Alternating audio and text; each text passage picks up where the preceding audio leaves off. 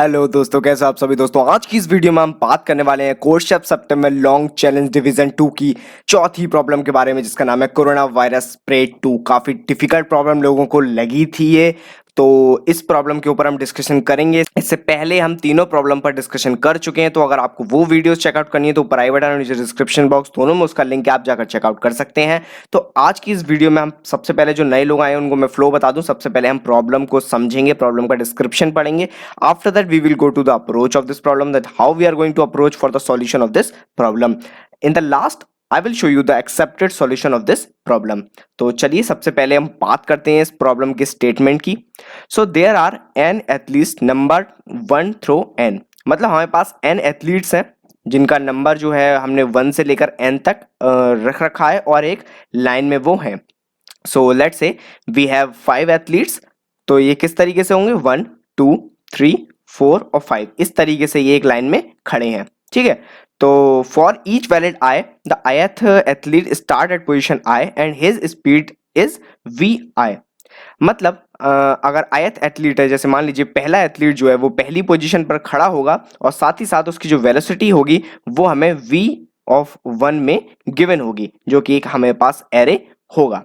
ठीक है, तो अब उसके बाद क्या है, that is for any real number t is greater than 0 the position of ith athlete at the time t is i plus v i dot t, जो कि हमें सिंपल मैथमेटिक्स का फॉर्मूला होता है कि किसी भी पॉइंट ऑफ टाइम पर जब हम वेलोसिटी, जब हम उसकी पोजीशन निकालना चाहेंगे तो i यानी कि जो उसकी करंट पोजीशन है प्लस जो उसकी वेलोसिटी एक्चुअल और इनटू t, तो वही तो हमारा फॉर्मूला होता है, distance is equals to speed into time.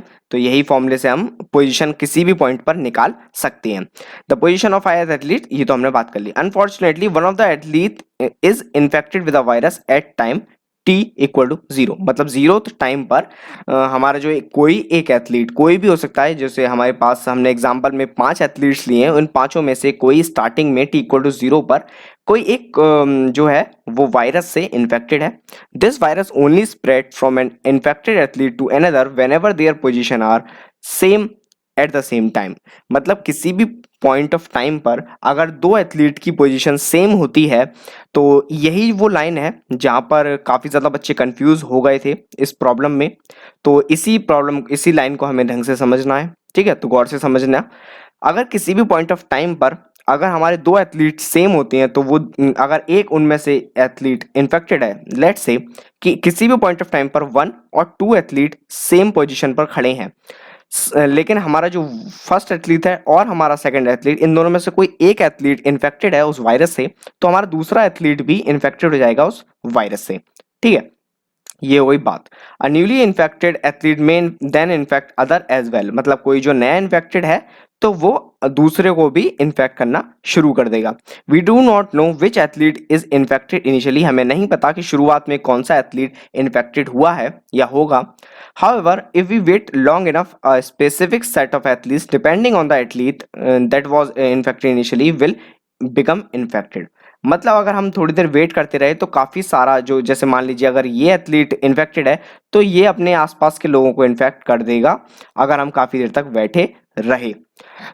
Your task is to find the size of this set, that is the final number of infected people in the best and worst possible scenario। मतलब जो best possible scenario होगा, basically हमें minimum और maximum number of infected people निकालने हैं। कि let's say हमने choose करा कि थर्ड वाला पर्सन जो है वो इन्फेक्टेड है, तो इससे मान लीजिए 4 लोग इन्फेक्टेड होते हैं। अगर हमने चूज करा कि सेकंड पोजीशन पर जो बंदा खड़ा है वो इनिशियली इन्फेक्टेड है, तो इससे 3 बंदे इन्फेक्ट होते हैं और बाकी सब में इनके बीच में कुछ नंबर्स होते हैं। तो हमारा जो मैक्सिमम होगा, बेसिकली हमें रैंडमली एक एक पर्सन को सिलेक्ट कर देखना है।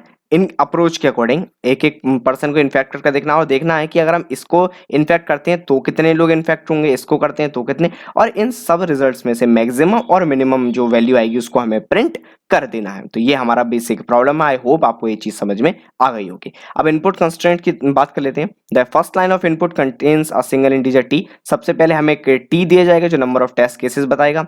हर टेस्ट केस में एक लाइन होगी जिसमें एन दिया जाएगा और एन के बाद हमें एन सेपरेटेड इंटीजर्स होंगे जो कि हमें वेलोसिटी बताएंगे जो उस पोजीशन पर खड़ा हुआ है एथलीट उसकी।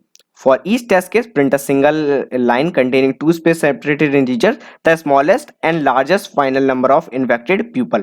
तो हमें दो सेपरेट इंटीजर में बताना है कि स्मॉलेस्ट और largest final number of infected people क्या होंगे। ठीक है, तो टेस्ट केस जो वेरी करेगा 1 से लेकर 10⁴ तक करेगा, n की वैल्यू 3 से लेकर 5 तक करेगी और वेलोसिटी 0 से लेकर 5 तक करेगी।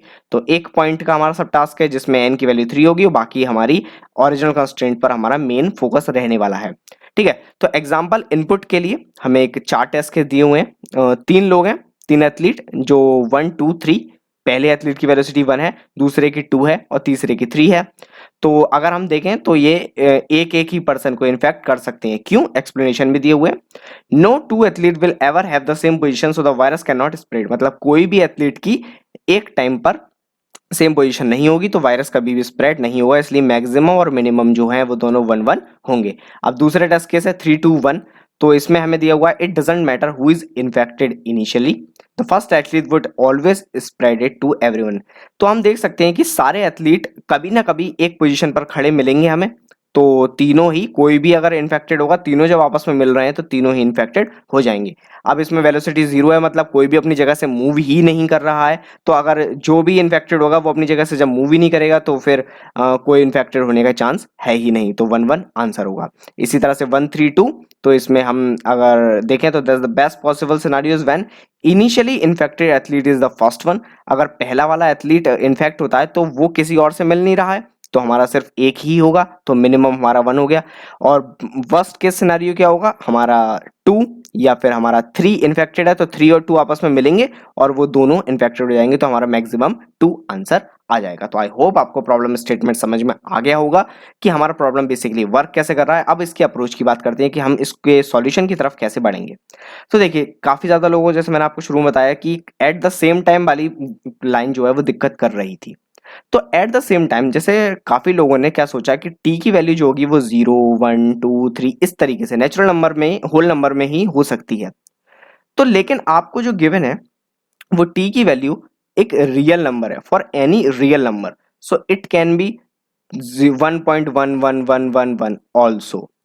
तो मतलब अगर कोई दो एथलीट, मान लीजिए एक ये एथलीट है, एक ये एथलीट है, अब ये एथलीट फ्यूचर में इधर आया और इधर एक एथलीट पहले से ही खड़ा है, तो इसने इस एथलीट को पास कर दिया। अगर इसने इस एथलीट को पास कर दिया, that means at any point of time, at any decimal point of time, these two have the same position. ठीक है, तो किसी ना किसी पॉइंट पर इन दोनों की ऑब्वियसली सेम पोजीशन हुई है। भले ही हम माने कि टी इक्वल टू 1 पर ये यहाँ था और टी इक्वल टू 2 पर ये यहाँ आ गया, तो लेकिन 1 पॉइंट समथिंग सेकंड पर इन दोनों की पोजीशन ऑब्वियसली सेम होने वाली है, इसीलिए ये दोनों आपस में इन्फेक्टेड हो जाएंगे। तो बेसिक अप्रोच क्या है इस प्रॉब्लम की, हमें ये देखना है कि कौन कौन से एथलीट किस किस एथलीट को जो है वो क्रॉस करेंगे बेसिकली। ठीक है, कौन कौन से एथलीट किस किस एथलीट को क्रॉस कर रहे हैं, अगर वो क्रॉस कर रहे हैं तो इसका मतलब वो किसी ना किसी पॉइंट ऑफ टाइम पर सेम भी होंगे।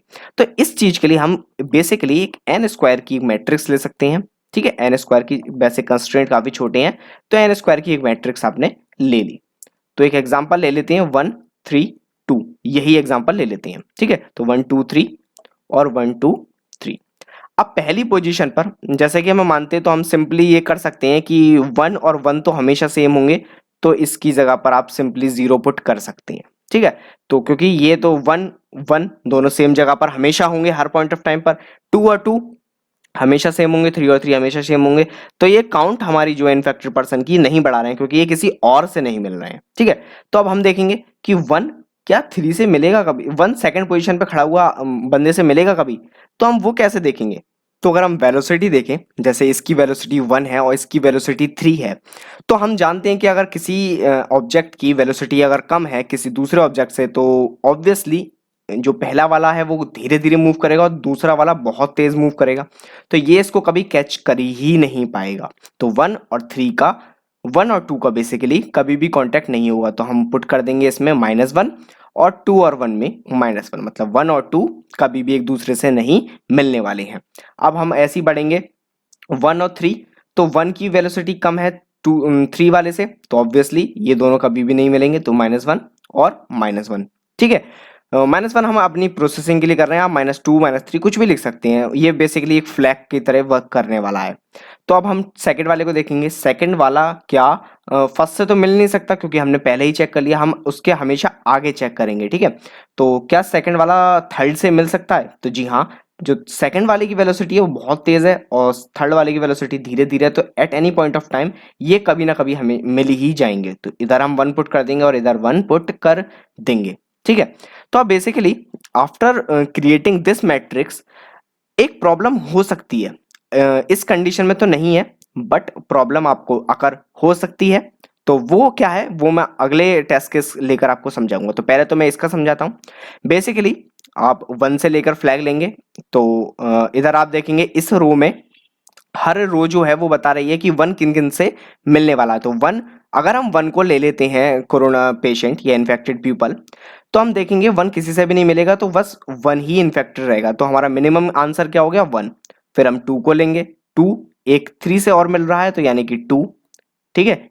इस रो ने हमें आंसर दिया 1। अगर हम 1 को इन्फेक्टेड लेते हैं, अगर हम 2 को इन्फेक्टेड लेते हैं तो हमारे 2 पेशेंट हो जाएंगे। अगर हम 3 को लेते हैं तो 3 तो है ही है और 2 से मिलने के बाद वो 2 को भी इन्फेक्ट कर देगा यानी कि 2।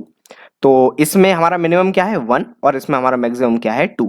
तो यही हमारा आंसर है इस टेस्ट केस के लिए। तो ऐसा ही आप सबकी मैट्रिक्स बनाकर सॉल्व कर सकते। तो अगर हम बात करें उस एग्जाम्पल की जो हम बात कर रहे थे कि जो इस कंडीशन से इस अप्रोच से फेल हो सकता है, तो वो एग्जाम्पल हम ले लेते हैं। चलिए 4 0 5 3 और 2, ठीक है। तो मैट्रिक्स में डिजाइन कर लेता हूं जल्दी से। तो मैट्रिक्स हमने जैसे डिजाइन कर ली है, 0 फिल कर दिया है सेम वैल्यूज के लिए। तो 1 और 2 की अगर हम देखें तो as this have higher frequency than this, तो हम 1 फिल कर देंगे। 4 की 5 से कम है -1 कर देंगे, इधर भी 1 और इधर -1। 4 की 3 से ज्यादा है 1, इधर भी 1। फिर 4 की 2 से भी ज्यादा है 1 और 1, ठीक है। फिर हम 0 पे बढ़ेंगे। अब 0 की फ्रिक्वेंसी सबसे कम है तो सिंपली -1 -1 -1 -1 -1 -1, क्योंकि 0 किसी से कभी भी मिलेगा ही नहीं हमारे अकॉर्डिंग, ठीक है। अब आगे बढ़ते हैं, इधर देखते हैं 3 5 की सबसे ज्यादा है तो सिंपली 1 1 और 1, ठीक है। और 3 की देखते हैं, 3 की 2 से ज्यादा है तो 1 और 1। अब हमारे अकॉर्डिंग इस रो की वैल्यू क्या आएगी 1 2 3 और एक तो 1 है ही है तो इसकी आएगी 4।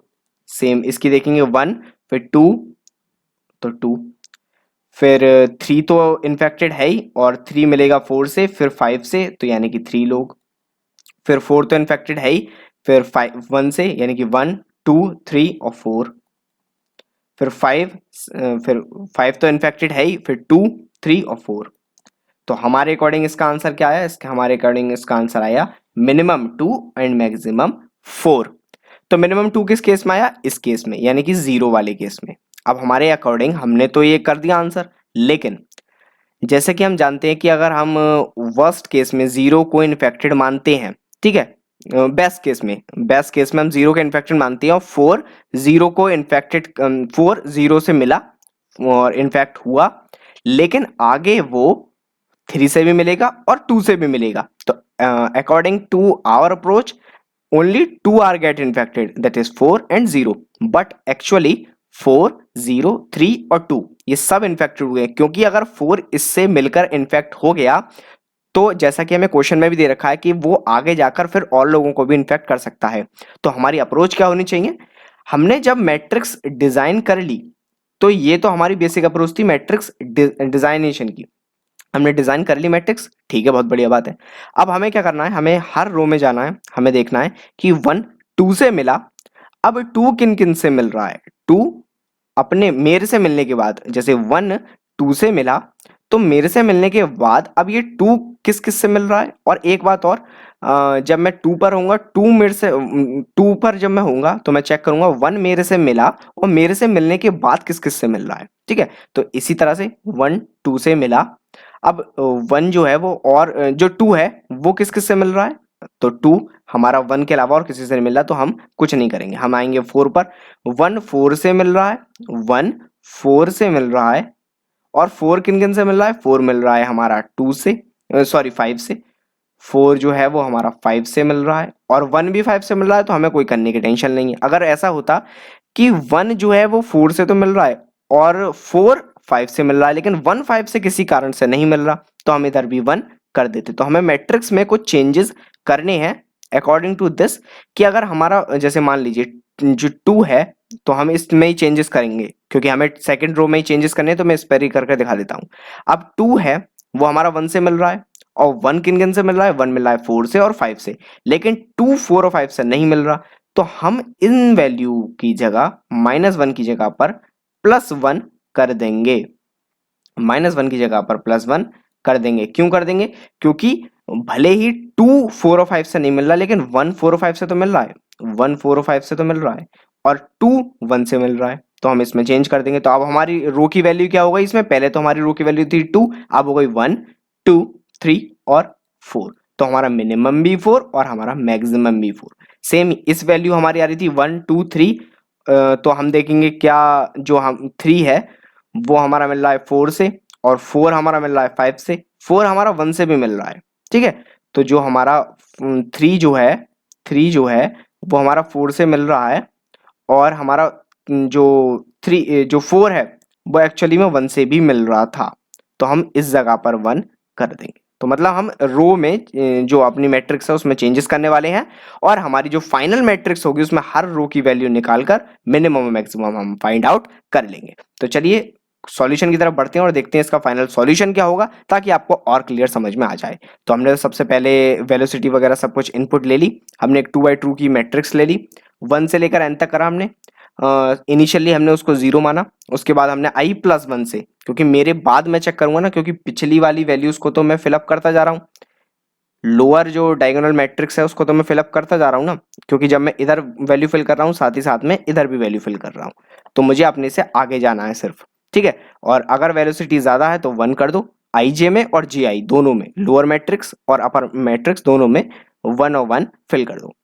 अगर ऐसा नहीं है, यानी कि वेलोसिटी कम है, मतलब मैं उन दोनों से नहीं मिल रहा हूं, तो -1 फिल कर दो, ठीक है। तो जैसा मैंने आपको समझाया, अब बात करते हैं हम मैट्रिक्स की अप्रोच की, मतलब उसमें जो हमने चेंजेस करने हैं कि 1 4 से मिल रहा है और 4 आगे जाकर किन किन से मिलेगा, उस पर हम जो है वो प्रोसेस करने वाले हैं। तो 1 से लेकर हमने वही करा और I तक लूप चलाया।